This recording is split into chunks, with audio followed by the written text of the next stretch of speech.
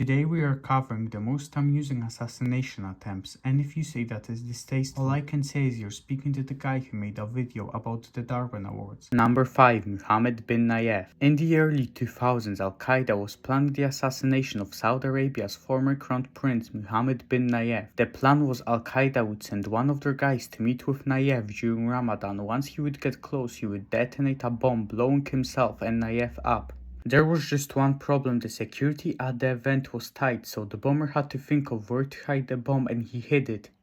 You guessed it, up his ass, 1 pound of C4. Finally, he got an audience with Nayef and detonated the bomb. But his body absorbed the whole impact of the explosion, and he was the only one that died. Number 4. Fidel Castro. Making a list of failed assassinations, we can't miss Fidel Castro. Guy had 638 attempts on his life and died of old age. But the most amusing was probably Martina Lorenz, hired by the CIA. Her goal was to seduce Castro and slip him poison. When he went into her hotel room, in her words, he laid on the bed, said, "Did you come here to kill me?" I said yes. He then leaned towards me and handed me his revolver and said to do it. I flipped the chamber out and hit it back. He didn't flinch and said, "You can't kill me, no one can." Long story short, he seduced and f***ed his assassin. Number 3. Louis-Philippe I. France being France, many people started having problems with their king Louis-Philippe I until one day Giuseppe Marcofiecci decided he is the one that's gonna get rid of him along with his group of revolutionaries. They created this thing to get rid of the king. This device fires 25 shots at the same time. Giuseppe positioned himself on a balcony waiting for the king's convoy to come through. When he seen him, he fired 400 rounds onto his convoy, killing 18 people and injuring 22 more. The only person that wasn't injured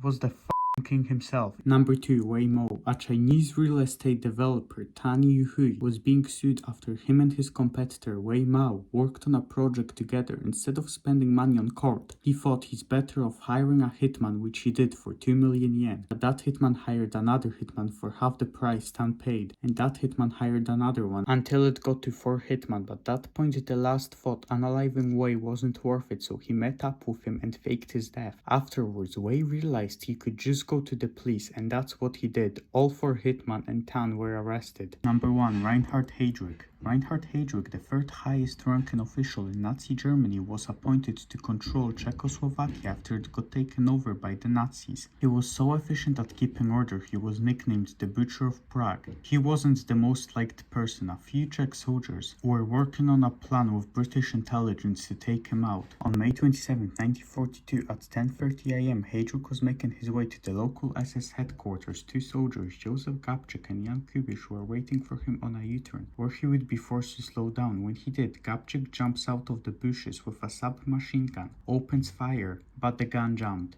Heydrich, noticing what happened, pulled out his pistol, fired it, but it wasn't loaded. Eventually, Heydrich was assassinated by a grenade that Kubiš threw, so it was still a successful operation. To add to the story, the chauffeur started chasing Gabčík. After a while of running, Gabčík realized he had a pistol in his pocket the whole time. Yo, is that motherfucker? Don't subscribe to fake media or I hit you with a spoon.